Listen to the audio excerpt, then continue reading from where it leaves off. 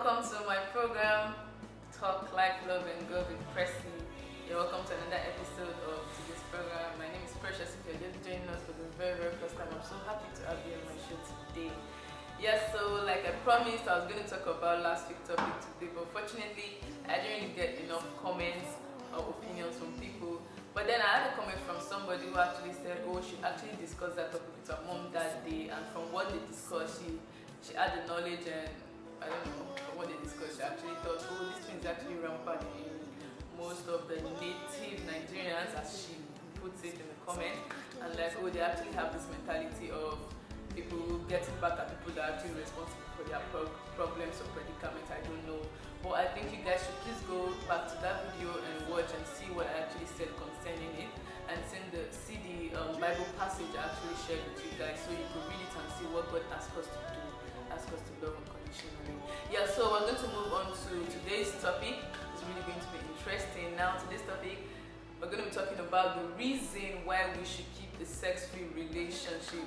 Yeah, so many people tend to ask me, how precious is that possible? How possible is it for you to be in a relationship and there is no sex, you don't have sex with your partner and stuff? And I say, it is very possible to do that, 100% possible to do that. And we're going to be talking about the reason why we should abstain from sex while we are in a relationship.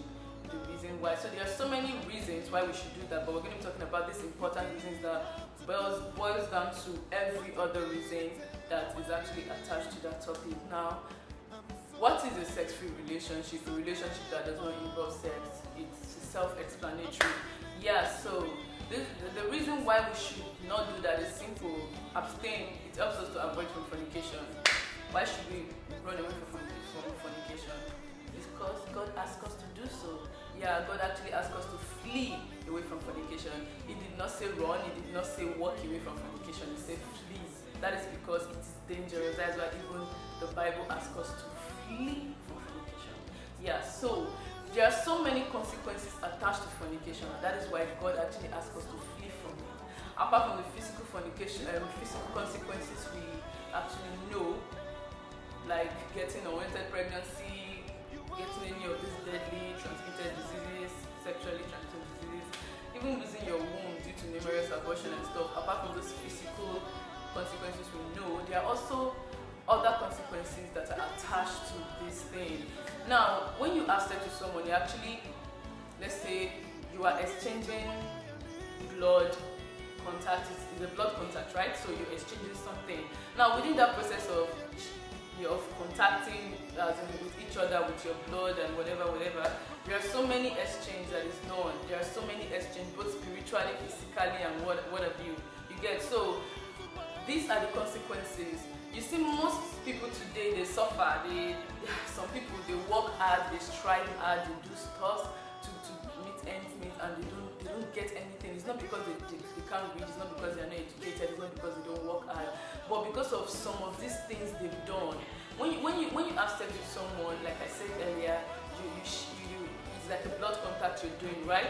And then different, I don't want to be too spiritual, but then different spirits are being exchanged. If, for example, let's take for example now, if somebody is having the sick, like, okay, spirit of poverty, captivity and all of that, and you go ahead to sleep with that kind of person, it's actually transferred from that person to you. And whatever you're having transferred from that person from you to the other person.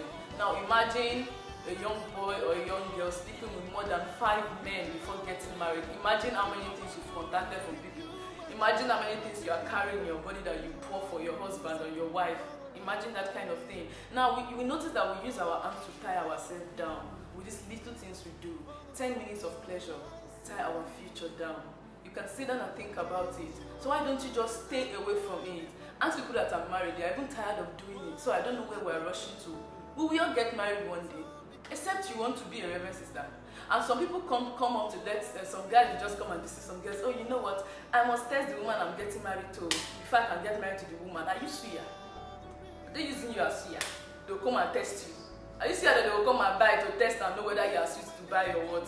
No, don't let anybody deceive you. And I have to test you. I need to know what I'm getting into for you to do for you. See, that guy does not love you. If he cannot wait for you to get married and accept you the way you are, then he doesn't even love you. So don't let any guy deceive you, or guys or girls. I want to know what I'm getting into, whether the thing is too small or big. Who is deceiving you? You just use 10 minutes of your pleasure or whatever you're doing to tie your destiny down, because you don't actually know what you're getting into. You don't know what you are entering. You don't know the captivity you are entering. You see some people, like I said, they suffer and suffer. It's not because they can't do it right. It's because of what they've done to themselves due to this thing. I don't know if it's ignorance or I don't know. But then due to this thing you do, you end up tying yourself down, and then you start casting and binding when you are married, not knowing what you have done. You get married, you can't give birth, you don't know what you have done. You get married and you suffer all through the days of your marriage, you don't know what you've done. So why don't you just keep yourself to the right time? Please, I'm encouraging the young ones out there. If you watch this video, try and practice it. It's not difficult. Even if it's difficult, ask the Holy Spirit to help you. You get me? So you don't use your own hand to carry yourself down, okay? I hope you guys actually enjoyed my video today. I was so excited talking about this topic. I don't know about you, but I hope you guys actually enjoyed the video, and I hope you've learned something from it. I'm going to see you guys next week Sunday. This station, right? For this program. Anyways, if you have any opinion or suggestion you want to talk about this topic, or you just want to give me a suggestion on how to improve, you can as well send it to my email. I'm going to leave it at the description box, or you as well write down your comments and stuff like that. Yeah, so you can watch my video, like and subscribe. For now, remain blessed and goodbye. In you I live and